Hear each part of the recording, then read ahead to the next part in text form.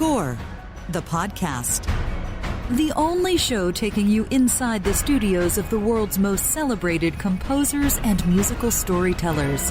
I'm Kenny Holmes. He's Robert Kraft. Yes, I am. Another week, another great guest on Score, the podcast. Another birthday. I'm under the impression from reading, seeing it on TMZ and all the Twitter feeds. Our host, Kenny Holmes, turned 21 this weekend. 21, yes. 21. And, Kenny, did you do anything special for your birthday? I did. I went and saw, I think, one of your favorite bands, Steely Dan, in Las Vegas. Of course they're my favorite band. And they're always killer and great players always. Yeah, well, the original band is obviously, it was a compilation band of big-time studio musicians. Yeah. But now they tour. It's still Donald Fagen, the lead singer, and then he plays piano as well. It was just like an all-star lineup. Keith Carlock, who's incredible, like an unbelievable drummer. Yeah. Freddie Washington. Freddie's in the band. Freddie Washington, the bassist. Yeah. Jim Beard on the keyboards, who's a Grammy-winning. And from Robert Kraft and the Ivory Coast, may I give a shout-out to John Harrington on guitar, who we used to call Shivers. And it was great. It was really great. And thank you to my girlfriend for the gift. Nice. We had a good time. What a birthday party. And now we're back for another big week. And our guest this week is an Oscar-winning editor. He's the only guy in Hollywood that's playing or wearing both of these hats, I should say, where he's an editor and composer. John Ottman, who you know from most recently Bohemian Rhapsody, he edited that film and is credited for saving the film, essentially, because there was a director change in the middle of the film in post, and it was very public that it was kind of a mess, and they cleaned up in the award season. And I think we can ask him about this, I'm not sure he even ended up writing a lot of original music. He got the editing award, but no, they didn't. They ended up not doing an original score at all, I think. Yeah, most of the Queen tracks. So it'll be interesting. Of course, I've had a lot of opportunity to work with Maestro Ottman in the past, and I'd love to ask him his memories of some of the pictures we did together, even co-writing a song once. Yes. For one of the movies.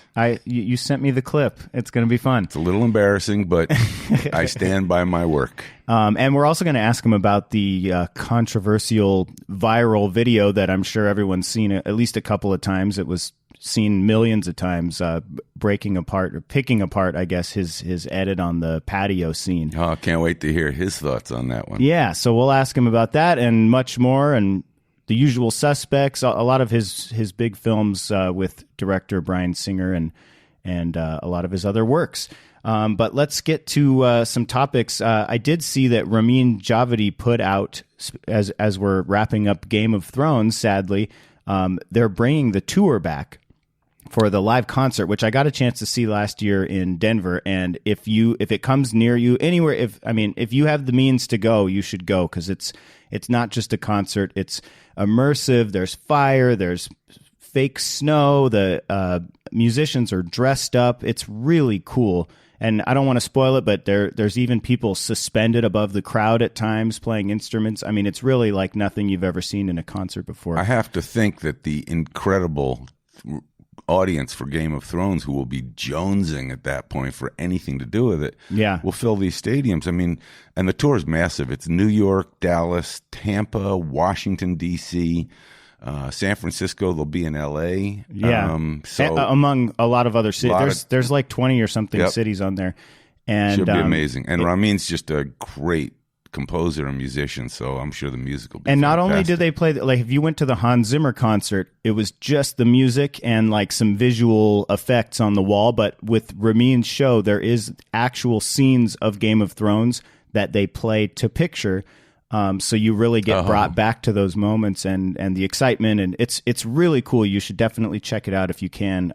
That's, I think, later this summer, but he just put the dates out on his social media, but we tweeted out the link, I believe.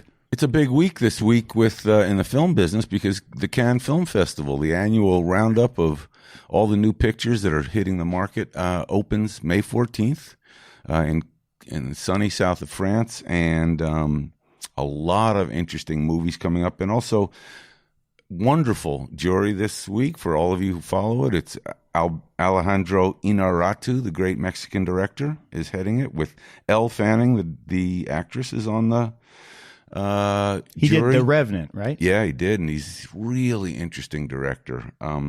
So that should be great. And there's some hot movies at Cannes that people are looking at. A couple, Black Beauty with Kate Winslet and the new young, beautiful star, Mackenzie Foy. There's also a buddy comedy with Chris Hemsworth and Tiffany Haddish. Oh, she's funny, yeah. Called Down Undercover. There are a lot of new ones coming up. So, have you been to Cannes? I have been to Cannes. I actually went to Cannes. I've been a couple times. The most memorable trip to Cannes was when Moulin Rouge opened, and the whole crew that worked on the film, we all went over, stayed in the big fancy hotel, and I remember walking up the steps of the Palais, which is where the films are screened, and there were can-can dancers, one on every step, greeting you as you walked in.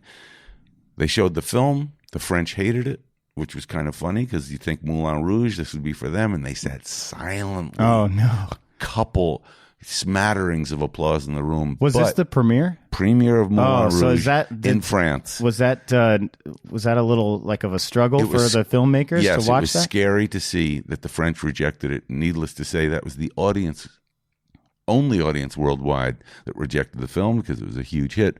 But it was showing the film in their own backyard, and they had, they were very kind of snooty about it. However, the most memorable part of that premiere, on the beach after the screening, Fat Boy Slim was the DJ. Nice. And the party went till dawn. And was Christopher Walken dancing on the beach with him? Oh, that's so funny. Nicole Kidman was dancing on the beach.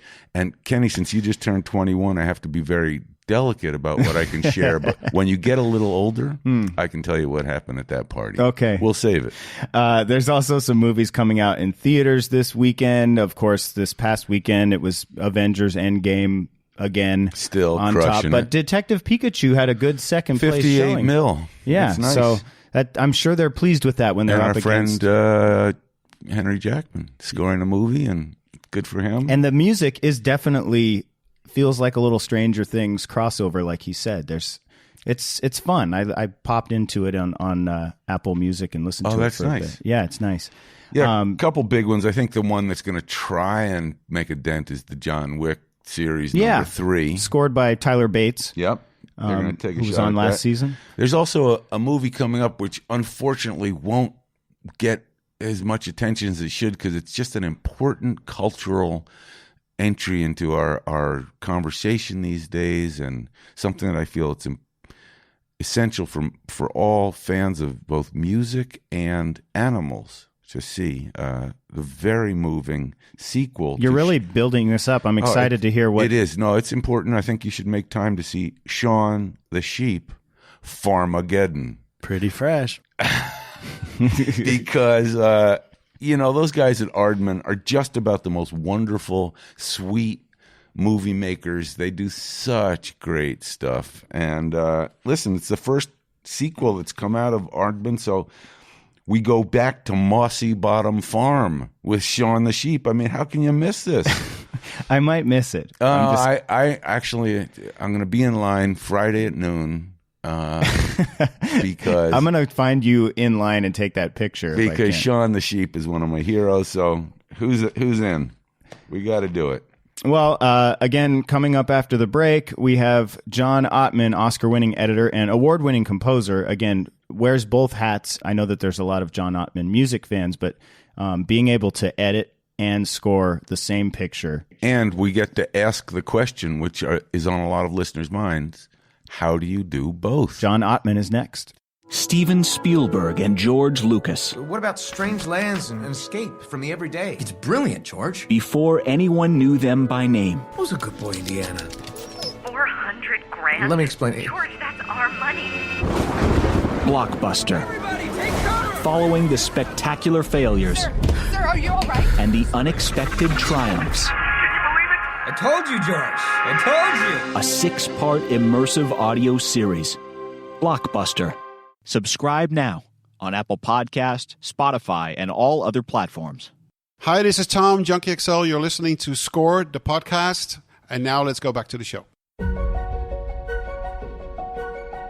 Welcome back. We are here with Oscar-winning editor and award-winning composer. He does all kinds of things. John Ottman joining the show. Hey, John. You know, there's a word in Hollywood, they say hyphenate. I think next to the word hyphenate or multi-hyphenate, you have John Ottman's picture. Full page. I like the clapping. Because you do both. And, of course, John, you and I have had the good fortune of working together, so I've seen up close and personal how you do both activities. And I was actually looking last night to see, had we worked on pictures that you had done one or the other? I need to go back and look because I know that quite a number. Or just as composer. I think Fantastic Four was the first one that was just scoring the film. Just scoring the film. Yeah. I don't even remember who the editor was, but I do remember Bill Hoy, I think. Yeah. Okay. Yeah. I remember, and I'm getting way ahead of a question I wanted to ask, but I once said, how can you possibly do both gigs? And you said that the advantage, of course, was that in editing the film and in writing the music for the film, you had a better sense than the editor or the composer independently of where rhythms would occur and swells that would go into an edit. And I thought that makes too much sense. They're the same guy, so you can really build sequences. Yeah, I mean, having said that, people are usually surprised that I don't temp with any music when I'm cutting the film. It's completely dry. That was the question I was going to ask you. Yeah, because there's many reasons for this. As a filmmaker, well, when I'm doing both tasks, I just couldn't afford to have a problem film down the road because I was scoring the film also, and that's a nightmare to manage the film and be scoring it So it was my best interest to always anticipate every freaking problem that could possibly happen. And one of the things I found that if I cut a scene and put temp music in right away, it sells the scene, which you want to desperately do, but you're inevitably covering up some problem that you're not aware the scene has. You're fooling yourself. So what happens is then way down the line, we discover those problems and we realize the scene really wasn't working. And now I'm screwed because I'm trying to score the film and I have a problem. So can you real quick explain from your perspective what temp is for someone that doesn't know? Yeah, what it is? When you put in temporary music as you're making the film, most people will, when they cut a scene, will put in the temporary music right away. It's music that's from other soundtracks and so forth that will give that hopefully is the flavor that the film is ultimately going to have scoring wise.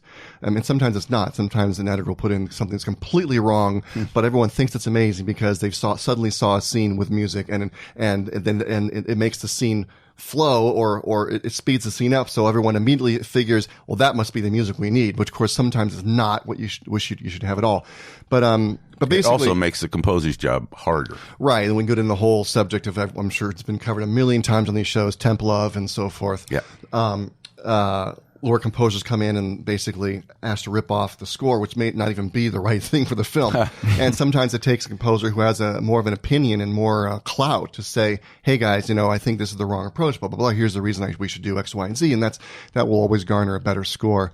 But going back to, so I will have a 2.5 hour cut with nothing. And to me, if I'm entertained watching a film dry, then the film is working. Mm-hmm. I'm not, all the problems are being confronted. And then the temporary music that I put in now is going to have a flow to it, not going to be hacked up like a Cuisinart. Because what happens is if you put music in as you're cutting, by the time you're done with the 2 hour, first cut and all the changes you've made, and then down the road, it becomes mincemeat. The temp score suddenly has no flow or thematic ideas that come to fruition, or you plant seeds here and so forth. So my temp scores are usually really well laid out, and they're so good, I'm absolutely intimidated by them. Do you use your own music? Only in a few cases, but I try, because I have an association with what the music was used for, but sometimes I can alienate myself from that. But I will, doing the temp score, I'll do like 5-6 tracks of music to make a new cue that really doesn't exist anyway. Nice. So I'll take like string sustains from a score and then pitch it in some other way and sustain it over another cue of some rhythmic, idea from another score. And so if I rip that off, I'm really not ripping off anything that really existed. So I feel less guilty if I am ripping off that type of thing that I've created. But nevertheless, and the big mind fuck, if we can say that. I think you can say that. Okay. Yeah, we'll make a declaration on this episode.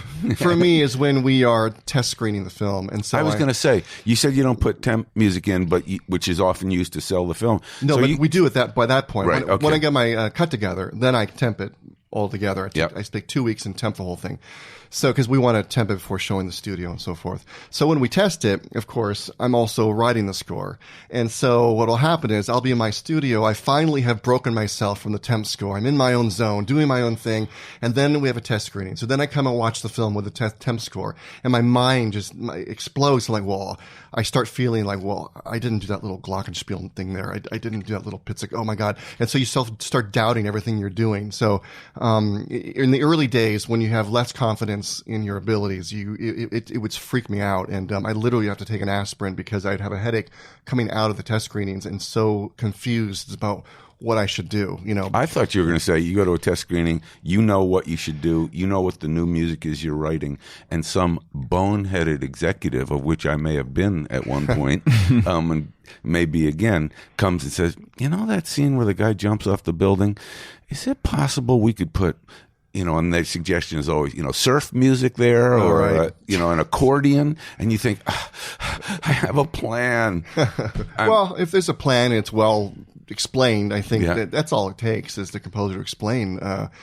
Composers, anyone, editor, composer, everyone shouldn't have an agenda based upon the hard work they did or the cool thing they wrote. Their agenda should be their point of view of how it makes the scene better and how it brings out a character idea or some subtext, And so if that wasn't what the director was looking for, then the director can say, oh, actually, I think this scene should be about guilt and not whatever. And then suddenly, oh, okay, composer gets it. So I think if everyone's communicated on that level, then if an agenda has if a composer has a disagreement, then at least it's based upon, a creative, idea as opposed to an agenda like, I wrote this cue and it sounds cool and I want, and how can you possibly not like this piece of music? That's the wrong way. Cause as you know, as a filmmaker, there's many ways to skin a cat and there's many different points of view on a scene.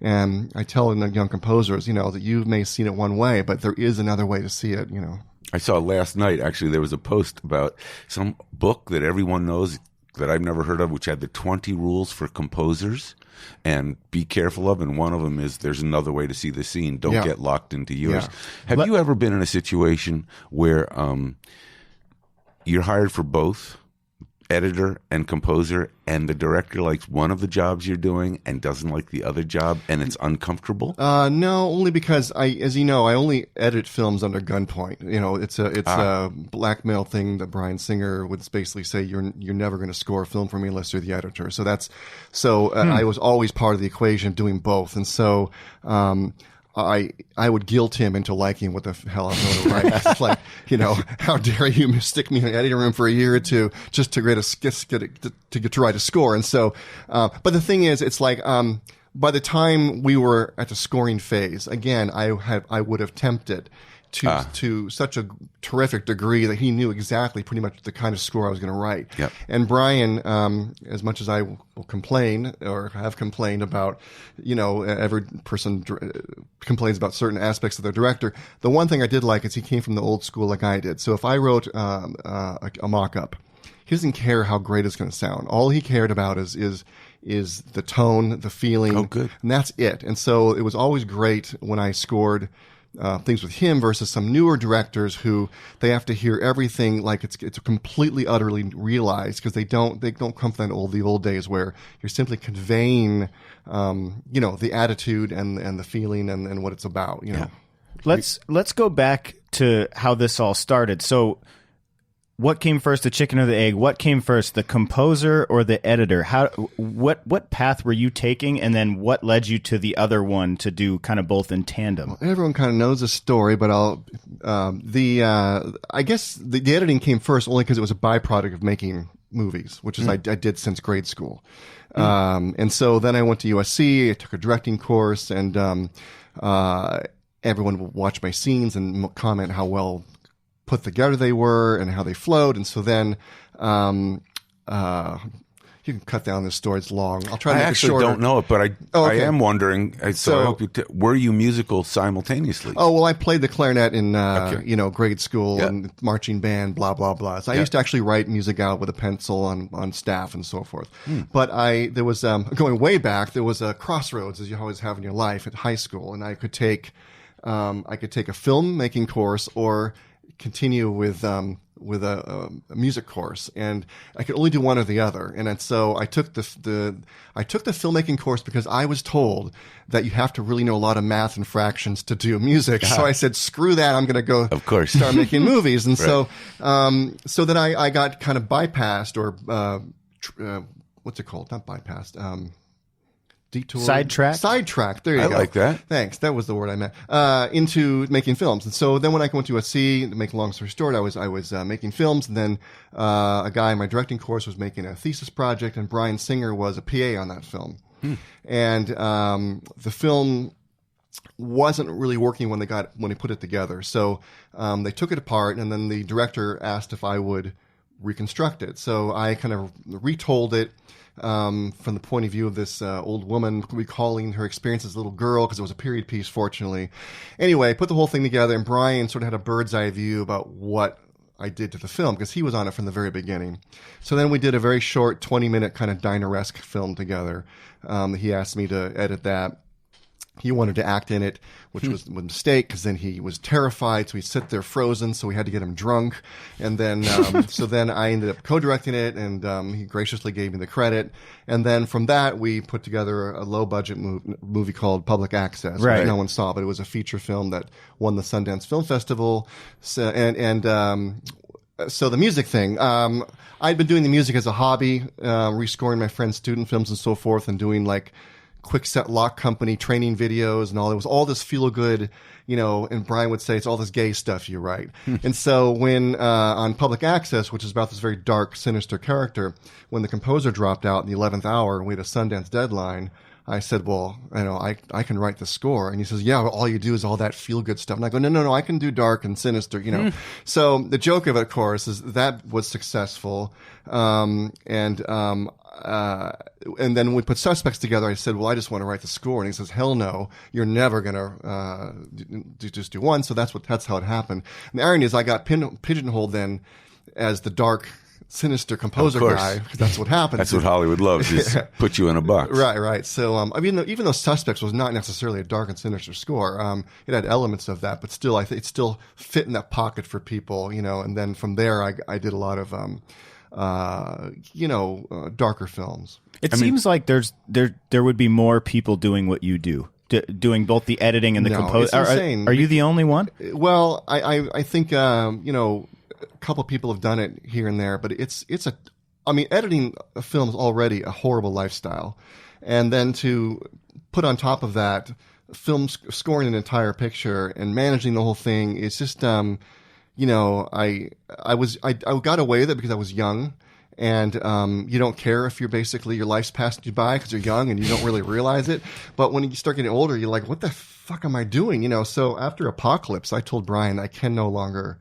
I lost like 24 pounds in a bad way because that was a monster of a film, as was Days of Future Past, and doing all that. And it's not just.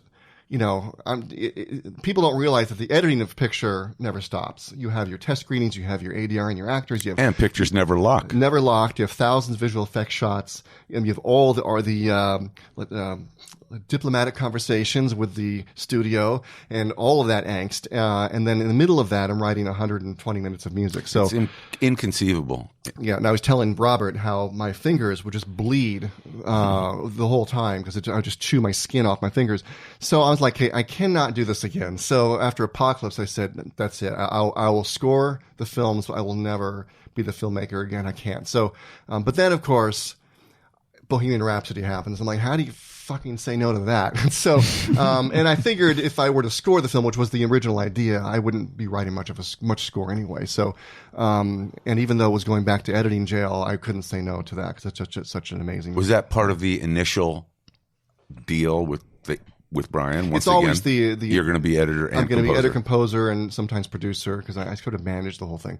But this one, I was not a producer on it. I was just basically an editor and composer, or was supposed to be composer. There is a certain irony that you aimed for editor, but the way I knew you was John Ottman composer. Yeah, and the way Hollywood. That's sort my of first knows you. love. I mean, Yeah. like I said, the editing is what I did to score the film, but Bohemian Rhapsody just was something I couldn't pass up as a filmmaker. I just couldn't do it, and so I said, "All right, I mean, it's going to be a year of my life," but then I figured, well, it is ironic because I knew going in it was basically going to be an editing job, you know. And of course, my friends joke that I won the Oscar for editing, the thing that I regret always doing. You know? So it is ironic, but I'll never do it again. And the winner is yeah. So I mean, it was satisfying in a way because I see it as sort of. I mean, never say never. I may edit a film someday, but I felt like it was sort of like a graduation in the best possible way. I wanted to ask how things have changed because when editing, 20, 30 years ago, it wasn't digital and scoring wasn't digital. Right. Things don't. Now that it's digital, things don't lock like ever. It seems. Correct. So how is that more helpful that it's digital, or is it less helpful, or is it a little of both? How is the world changed for you in that? I mean, it's a blessing and a curse to technology. You know, I mean, I would never go back to cutting on a flatbed and a splicer, but it made me think in a different way. So I try to explain this to new editors. And it's probably very similar. Everything's very similar. You can say the same thing to new composers, but because you couldn't just slap 15 versions of a scene on the screen and see which one is better. You had to watch all the footage, memorize every frame of it because there's nothing digital. And then in by doing that, you would inevitably preconceive the scene in your head. So you had what that scene's going to be in your brain already, and then you would go out, you'd set out to make that scene. And so that mindset stayed with me. So I always see, when I cut a film, I see it in that way. And I try to, but it's a discipline now because when you get the footage, you just want to start cutting. And a lot of editors, because of deadlines and the films, the footage is flying in, they're shooting still, will just start cutting. I can't do that. I will have the discipline to sit there and watch every frickin' frame before I start cutting one scene. And it's similar to composing where, a lot of composers will just get the film and start writing, and like I would be lost. What am I doing? And so I need to sit there and have the agonizing process of writing the entire overture to the film first. I'm going to write the themes out or the motifs ahead of time, and it's agonizing because you got a film you're itching to go score. You probably have a deadline, but the time you spend writing that thing out is so invaluable because then when you write the score, you've already written what you're pulling from. And it's like the well from which all the ideas are going to come. And then out of it will come a more thought out score where you're telling a story, you know where you're going. So to me, that time spent writing the themes ahead of time pays off. I want to ask if that is something that's new in composing and something that you'd think I would know after having been in this world, but I do notice it felt like at the beginning of my experience with film composing, composers were, particularly American composers, QE. They would go through Q-Y, QE, in that they would go through score this scene, score this scene, score this scene. And then it became, composers were saying they were going to compose a suite of the main themes and present that to the director with or without picture, and that it would be drawn from that. But I always felt that was something that evolved unless it was going on always and I didn't know. But what you're describing of having an overture, do you feel that that's recent, or has that always been the case? I think it's not recent. I think that's more classic way of film scoring. I mean, the overture is not necessarily something that you're going to play for anyone. It's it's for yourself. Exactly. But having said that, when you see a John Williams movie, whether the entire theme's ever used in the film or not, he has a thing he's written, and you see the end titles, and you have this completely thought out theme that he's written, or themes, and I just feel like this. I feel it's irresponsible not to do that as well, only because I come from that school. It doesn't mean there's no right or wrong. I mean, if the end credits becomes a collage of what was used in the film, and you really never wrote anything out, fine. But I always feel like there has to be something. So, like in Apocalypse, I had to write a full-on Apocalypse theme. There had to be that for me. Otherwise, I don't know what I'm doing with this character. And that became the end title cue. And, sure. And so, but that's just sort of It's just everyone works differently, but for me, I wouldn't know what I was doing unless I'm coming from all the things I've written. Can I ask, technically, do you get a theme and then start playing with how is it minor and how is it in 3 and how is it in 4? Yeah, well, that's the great thing about writing a theme ahead of time, because now you can play with it, know. And that's the most brilliant thing about film composing is when you can suddenly lay a theme over a scene as opposed to scoring every little incidental thing happening, but now the theme is in a minor chord, and that's way more enthralling and effective than just kind of doing the and kind of hitting the cuey stuff. Yeah. Do you ever score while you're editing? Like if you see a moment and you're like, "Oh, this could be good." No, I never do. I got the hat on, the editor's hat on, because I'm just desperate. Because that's overwhelming. Just editing the film, there's no time to go write something. You got film flying in, they're still shooting, you're on the set, and so I will know that a sequence is going to be a big musical sequence. So editorially, I probably make it a little fatter and so forth. But what that music's going to be, I don't have any idea. It's like when in Suspects, when Kaiser Soze, Arturo Marquez is shot, and you see the blood hitting the porthole, and there's a shot that pulls out from the boat, and it's this shot that pulls out and pulls out. I just let that play out because I knew I was going to write something big and operatic there, but I didn't know what the hell it was going to be. I just worried about it and chewed my fingers. Because at some point I had to write something. I just went and rewatched that movie this last week. What a great movie. If you haven't seen that movie, I think I rented it. It was like $4 to rent it. It's so Kaiser great. Soze has entered the lexicon. Yeah. I think before we actually take a moment to take a break, I just want to we'll let this play continue on one theme, no pun. Have you ever worked with an editor who you're just the composer and you don't have to name names, but has there been difficulty? Yes. Yeah. Okay. No. Not That's difficulty. my question. Not difficulty personally. No, I mean just in their concept of the edit. I'm watching a car accident happen, and I can't. It's not my job because I'm the composer to say anything. So, and there's a film, and I won't talk about it, but this is how crazy I am, because I'm a filmmaker and I'm very passionate, and so if I see something like that has good DNA to it, but it's being ruined, its potential is being ruined by bad editing. There was one film where I literally went back on the Xanax we were talking about, and even painkillers, because I could not sleep at night because I was so beside myself at what was happening. And finally, I found out a way to get him to change stuff, and I would basically make an argument from a musical point of view. I go, nice. Musically, if you held on this character here, I could get inside his head more. When actually, I actually thought he should fucking hold on this character longer. Why is he cutting to the window or whatever? Right. And so I would make those arguments. It would help the cut. And then was a couple, but this editor was actually a really, really nice guy. And so he was like, hey, any points of view you have? And so there were a couple things, like a chase scene that was nonsensical to me. And I explained to him, I think, the goal is to get here, and why, and it would be clearer if you had the car do this. And he says, oh, sure. And he did that. But it made my life easier as a composer, because otherwise you're trying to make sense of something. It doesn't make any sense. So, and now I imagine if you're an editor working with John Ottman, the composer, he walks in the room and it's like, here's Oscar-winning editor but John the thing is, I Ottman. make it clear that because I know what an editor's going through, and I always make it clear, if I'm just the composer, that's my job. I'm not going to be a backseat driver. I'm here to write a score and make whatever you're doing work. It just happened to be in that circumstance. He was he actually sought out, asked me, nice. Hey,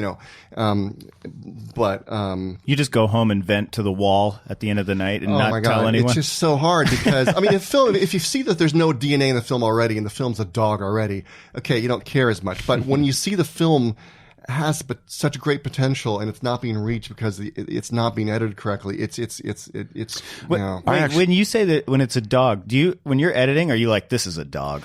Do you know? No, here's the thing. Not necessarily the film is a dog, but I know, and I've talked about this when I did my editing speech, the ACE when I won. I said, basically, we're blessed when we are given a cast that is all cast well.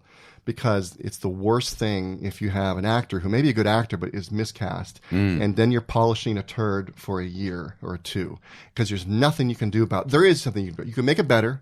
You can do ADR. You can edit the actor and so forth. But the dynamic, the potential that was there, it will never be there, and you always know that as the editor. And I won't mention the films I've been on where I'm like, I'm fucked because this actor's wrong, or the dynamic between these two actors will never work.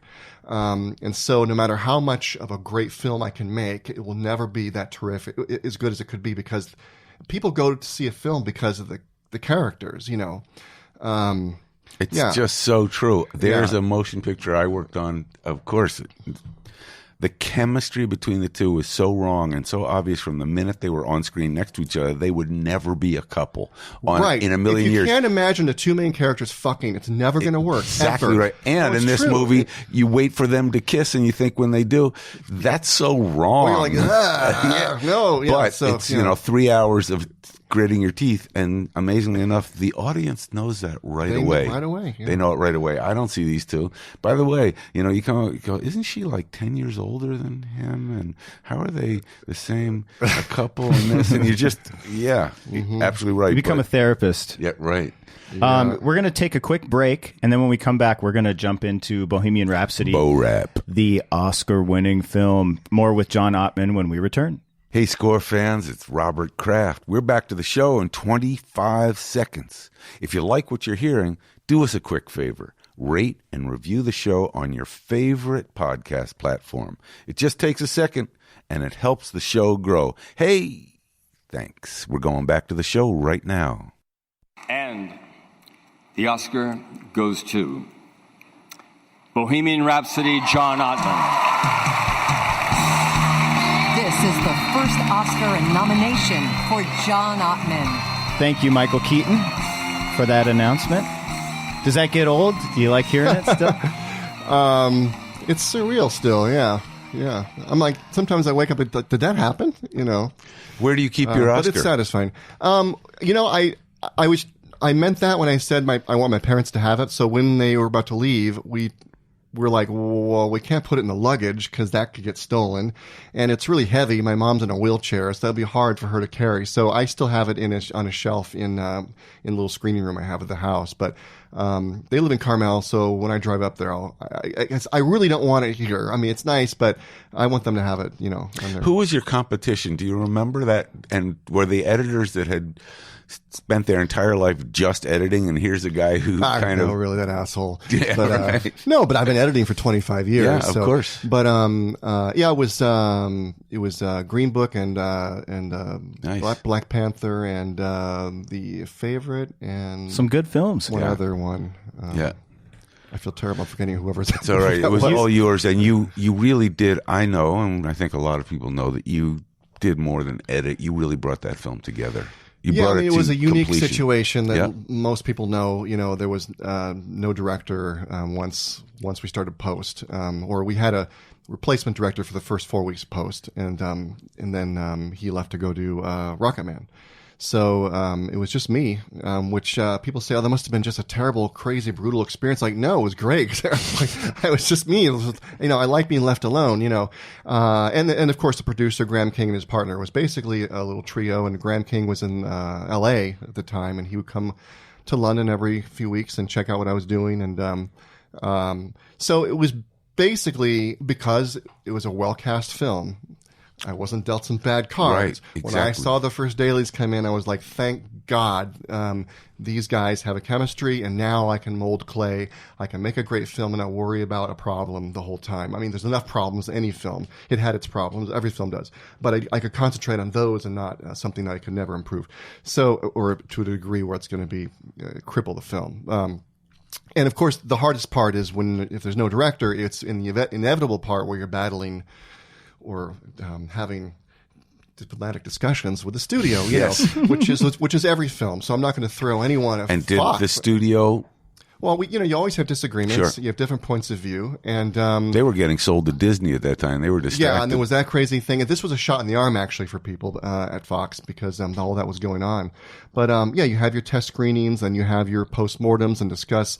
Everyone has an agenda based upon what 3 people said in the audience, and that stuff is hard because I tell people when they're getting into filmmaking, especially film editors, especially film editors who may have more clout than just being a clock in, clock out guy and an avid, because every film editor is different in terms of the power they have with their particular director or whatever. If you're one of those guys who's going to be the hands-on kind of editor, a lot of your job is not editing. It's battles. It's finding diplomacy, creative ways to get what you want, and it's I won't say it's a war because it was never animosity, but it still does feel like a war because you're trying to barter and you're trying to desperately protect something that you feel is the right thing to do. And like the producer BoRhap says, when we finished the film, we walked away with 90% of what we wanted. Wow, and that's pretty good.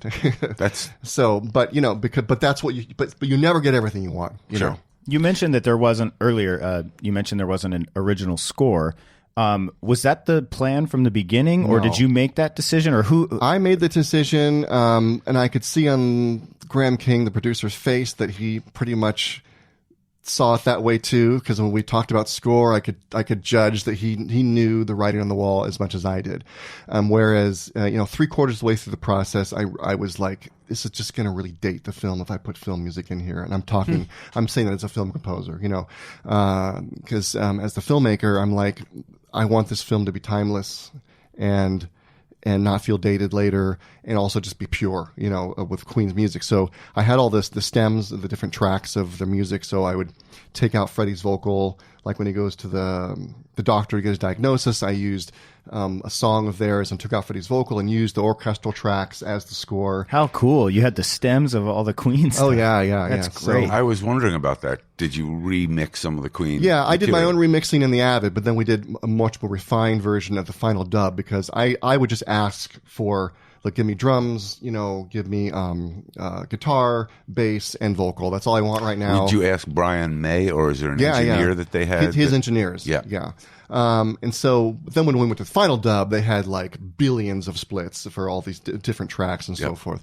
But so then I would use opera in a lot of the scenes where that would have been score. But Freddie Mercury used to listen to a lot of opera. Yeah. So, and it just, again, it made the film more tasteful. There's also a scene where he breaks up with Mary, and on the TV set is Love of My Life. Yes. And I very carefully timed out the background on that TV to what was going on between the two of them, and it was scores. And it was way more emotional and devastating than any score could ever do.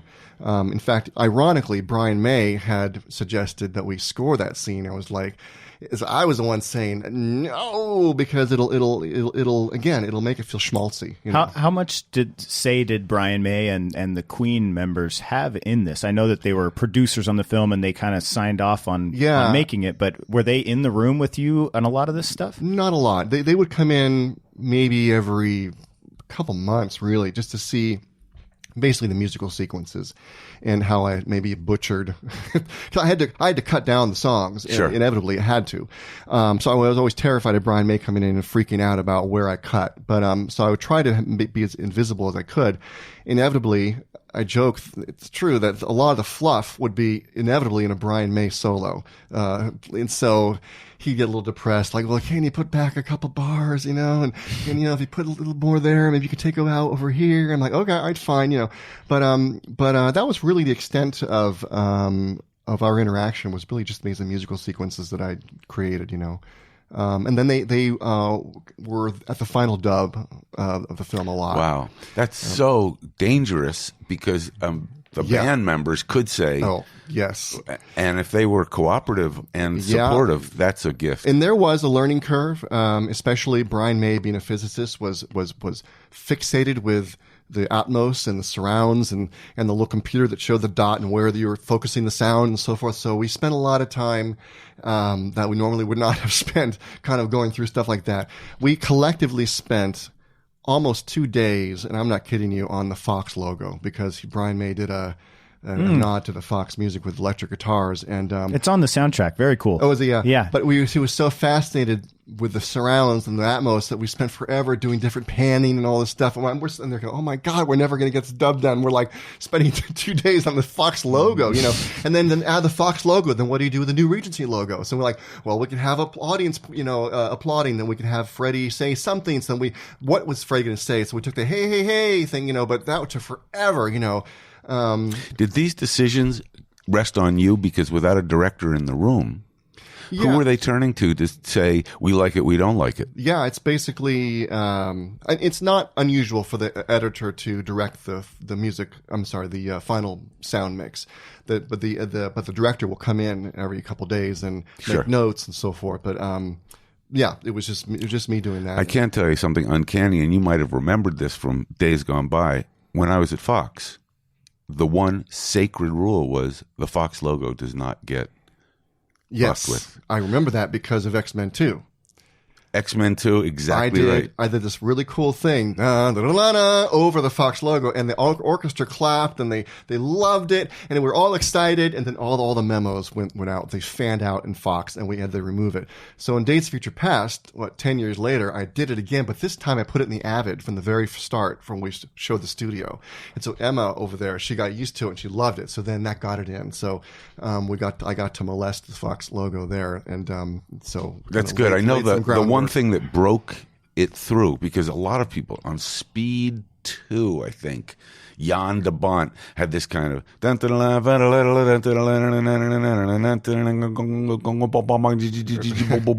electronic thing that came out after it, and you know, suits in the big building said no, and so the one that broke through was on the Simpsons movie. Jim Brooks came in and had an idea of going, you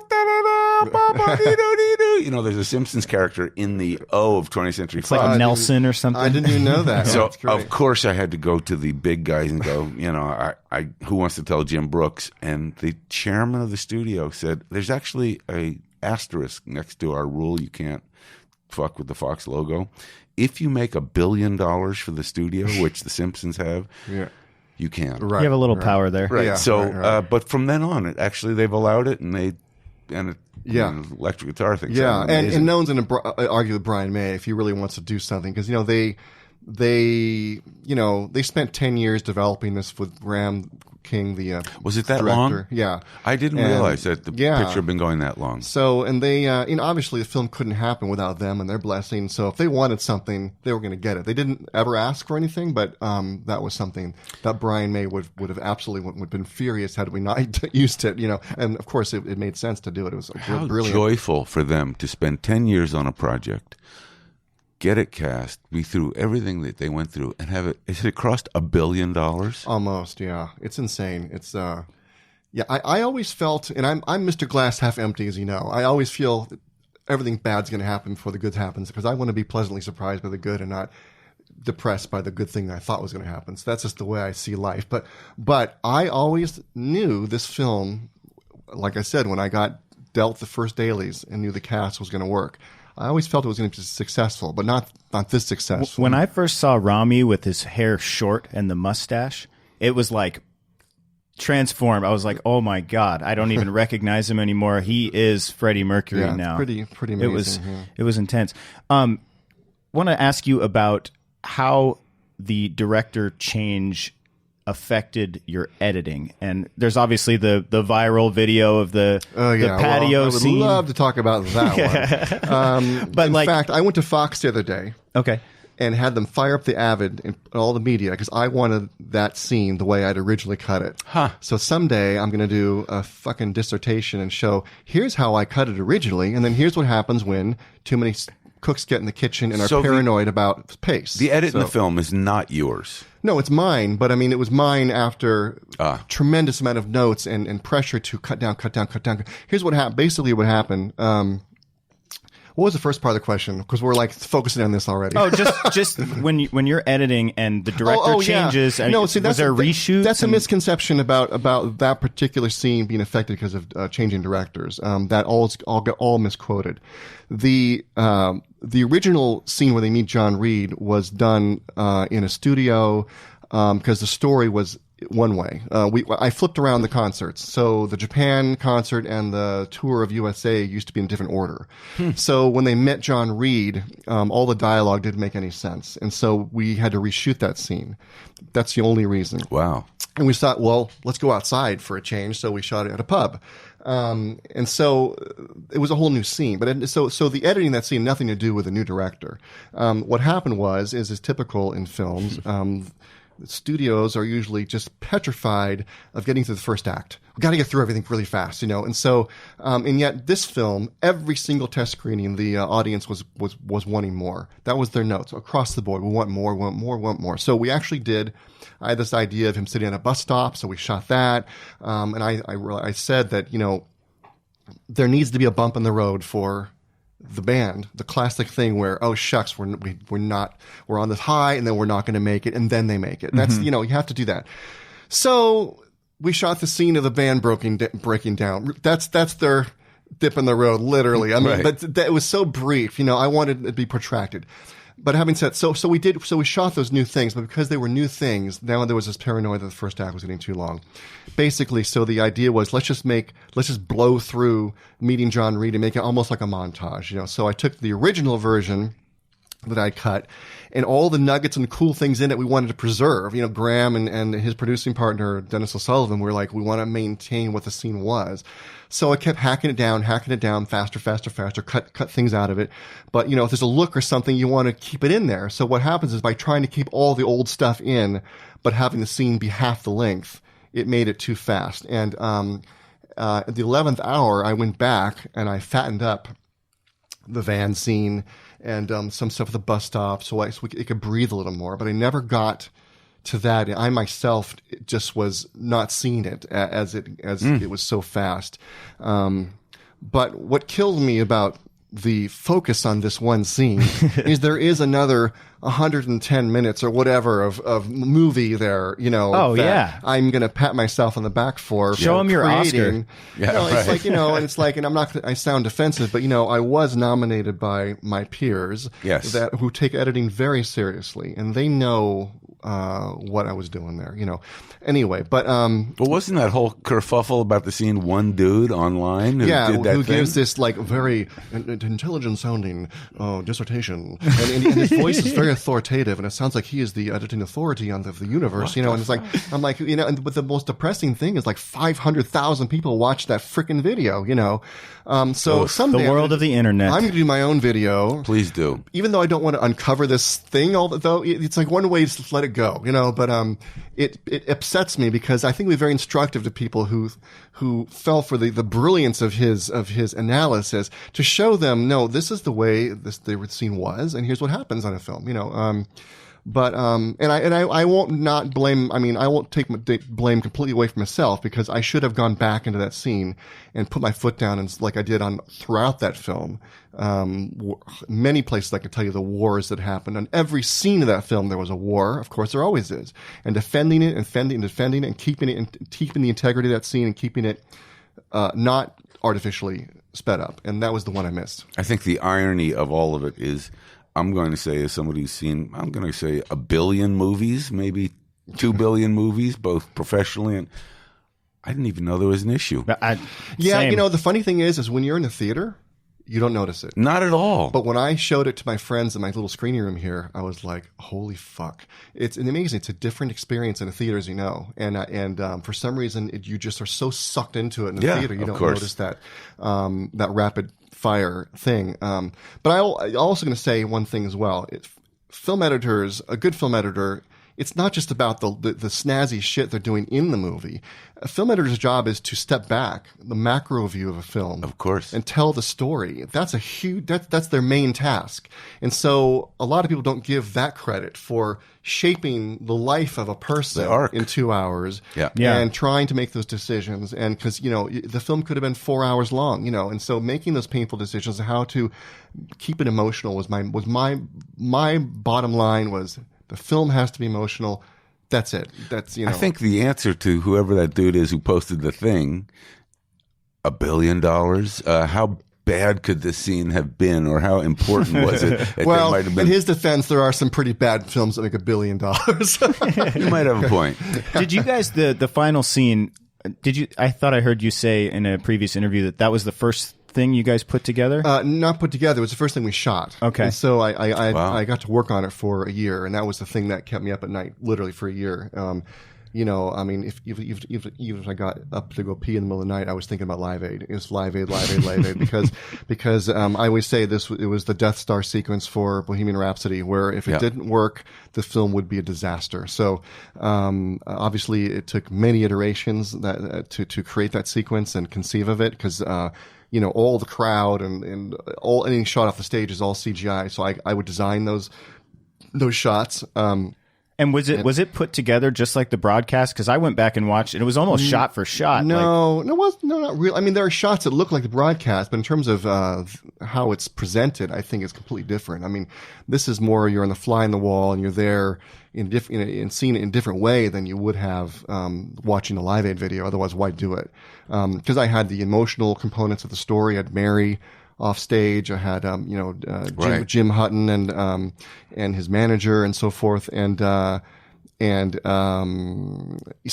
there was that. And also to me, the evolution of that sequence is how, building the emotion between Freddie and his audience, you know? Yeah. So, it's not documentary style. It's really an emotional moment with some documentary elements. Right. Infused that are actually artificial because you had to create them. Yeah, and it was ballsy to basically, that was the idea of the film, end with Live Aid, roll credits. And I'm like, fuck, we are screwed if it's not exhausting in a good way. Yeah. And so it has to be just the right length where you're spent, but not too long where you're spent, but then you want it to be over. So it's just, it was a hard thing. And then of course, the full Live Aid I also did, which was released on the DVD or the download, whatever. It's the full 20-minute set, and it's fantastic because the painful thing was a lot of the amazing Malik, Freddie gyrations and stuff was cut out. Shoot! And but they spent like $1 million doing new crowd shots and so forth to create the full version for the DVD. Oh wow, I didn't even know that. Well, go watch that. You should watch it. It's great. That sounds cool. Because Crazy Little Thing was a whole song cut out, and I cut out half of Radio Gaga. So I think it's been really amazing to hear all this about Bohemian Rhapsody, and we never got a chance to talk about, you and I worked on a couple Fantastic Fours, right, and a couple X-Men, but also I realized on the way here that we wrote a song together. Yes, we did. And Hide and Seek, which I can't, you had a friend who sang it. Yes, Debbie Lurie. Oh, Debbie Lurie's the singer. Great, yeah. Wonderful composer. This is Debbie Lurie? Yes. No, that's not Debbie Lurie. This is the jazzy version, the end credit thing. I cannot remember the story behind the song. What happened is I wrote like 3 or 4. So we were doing a picture, Hide and Seek. Yes, and I wrote like 3 or 4 themes, and everyone would sort of like, it was sort of the voting, the group would come in, including you and a couple other executives, and we'd be like, let's vote for the best theme, you know. So, but you listen to the one theme, and you were like, I'm hearing lyrics. I'm hearing lyrics to that. And I'm like, what? You know, and so you wrote these lyrics, and they, I don't know if they were using the end titles or not, but I bet I definitely used them on the album. I think so. The 2 versions of the song. Yeah. It's one of my favorite themes I've written. That was the jazzed up version, but there's actually a more orchestral version with the voice. And that was Debbie Lurie. Yeah. And that was, whatever era that was the kind of mania for we have to have a single from the movie, and we have to have, and so the jazzed up version was, what was the guy's name? Leor Rosner. Thank you. Yeah. Who I said, we can't use the film version, which is kind of ethereal serial. We need to do a kind of... Right. Yeah. So Leor did it, and it charted not. And but I have the great good fortune of saying we co-wrote a song. Yeah. And that's Debbie's... Yeah, she. That's right. It was. If you listen to the album, the one that's in the opening title sequence, which is on the album, that's Debbie singing. I always know what I liked about the Hide and Seek song and the idea, and what probably occurred to me when we were hearing it is that your theme actually made me think of, and now I'm remembering all this is probably, I don't know how many years ago, Klute. It made me think of the movie Clute that had an ethereal voice as part of the score.